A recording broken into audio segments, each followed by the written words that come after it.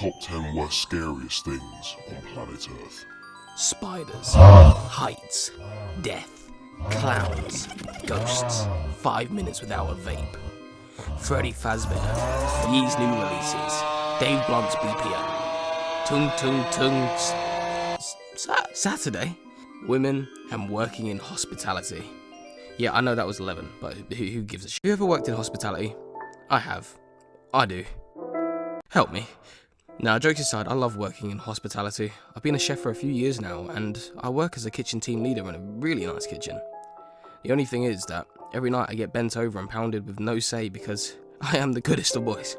Not like literally pounded, like I mean like, you know, with, like pounded as in busy with orders.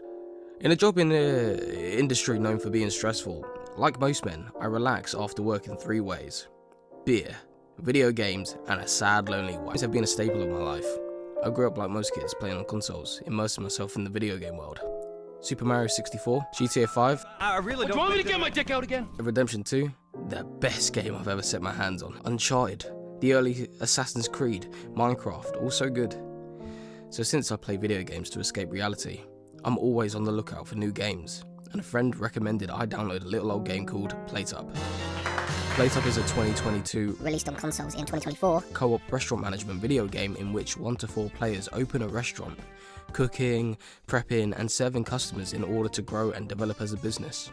It was developed by It's Happening and published by Your Cast Games. The players choose the outfits, depends if you want to be a chef or a waiter, a layout of your restaurant and the food you want to cook. Over each run there are 15 in-game days and players choose random upgrades for their restaurant in between workdays. The more players you have, the better. At one point, one of our restaurants had 3 people and it was clockwork. Sort of. See, the thing is, the layouts can really screw you over. With out front being too small, kitchens being too crowded, there's bitch ass, fuck ass, random ass space. What do I use this space for? You've got to really consider which layout you want because it could really screw you over if you have asset. One of the best features is how you can move all equipment and appliances to suit how you want your restaurant and your kitchen in between each workday. You earn more money, which means you can spend, you know, more money on random generated equipment. Me and my friend are obsessed with this game, wanting to get the highest ranking, 5 stars. But how easy is it to get this? The thing is, once you get a good system going, you're forced between a choice. Usually it's either cook extra food or get gangbanged by customers. Our approach was usually to get the forfeit option since it meant we can keep our system as long as we kept up the pace.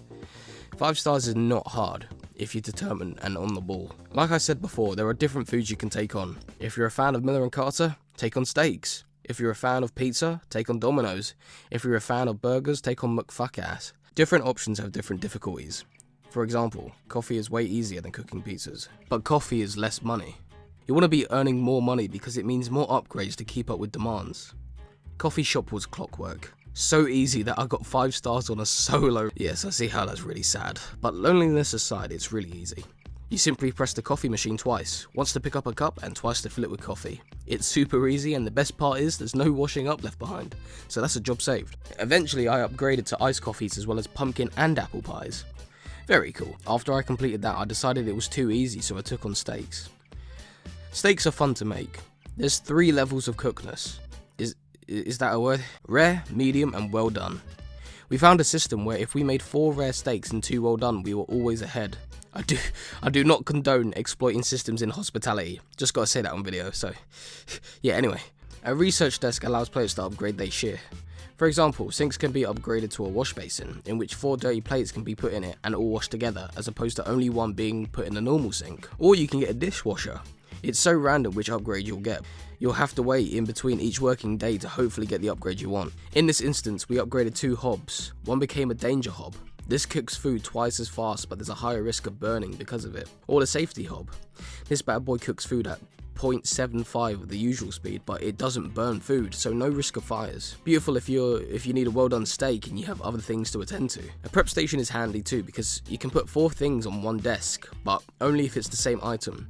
So if you want to put a rare steak in the prep station with the medium, nah, that's not happening. We'd have 4 rare steaks on standby because if we needed medium steaks, we can just pop them back on the grill for a few seconds and we'd have rare steaks ready if that's what was ordered. Better yet, having 2 well done on standby at all times ensured we could quickly get out each order. Apple pies aren't too tricky, but more of a time consumer. You have to knead flour twice into a pastry, cook the pastry, chop an apple, place apple on the pastry, and cook again to make an apple pie. Pumpkin pie is similar, kneading pastry into pastry, taking seeds out of the pumpkin, chopping pumpkin and placing it onto the pastry to then cook. It's important to find a system, and communication is key. My friend and I work extremely well together. We started in the food industry at the same time, both at 18, and we've worked together before going to separate restaurants. He's now a manager and I'm a team leader, so with our experience at both hospitality and each other, we make a hella good duo. Ironically, when we first played, we found out I was better out front and he was better in the kitchen, despite it being the opposite in real life. Obviously, the chef's job is to cook food, wash plates and make sure orders are ready, whereas waiters run food, tell chef orders and bus tables, making sure washing up makes it to the sink, perhaps helping wash dishes. A big part of the game is dealing with mess. Mess builds up when food is cooked or customers eat, with big build-ups of mess slowing down the player. You'll have to stay on top of the cleaning if you want to keep the flowing. Clean as you go. Wearing wellies makes it so you don't slow down, or you can get a mop and mop the floor. Pizzas are a cool one because once you go through the process of making a pizza, customers only have a slice each, so one pizza will last a while. So at first you can make backup pizzas. Once you take on different types of pizza, it adds a bit of a challenge, which I can appreciate. So right now you're probably thinking, He said he plays games to escape reality, so after a long day of cooking food for guests, he goes home to play a simulator where he cooks food for guests. And I get it, it's weird. It's really weird, but it's so fun. The most frustrating thing about the game, which makes me feel as though I'm actually at work, are the customers. These bitch ass fuck ass motherfuckers are not always right. They push motherfuckers out the way. They get pissy if they have to wait for a table. They have no patience. They're always in the way and they can suck my left nut.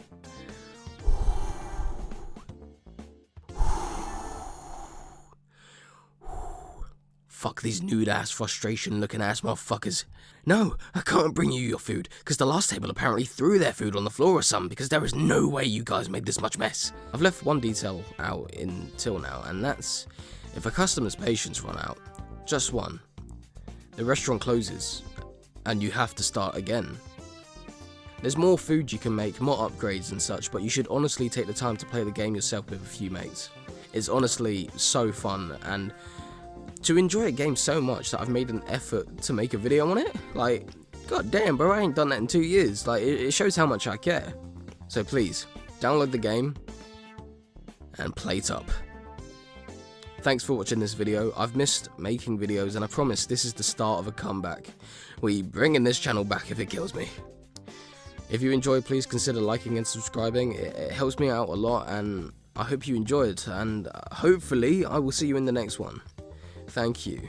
Side note, I'm so ill and that's why I sound ill. Like, my throat is killing me, but I had to make this video. I just had to. Like, I've been dying to make this. Whoa.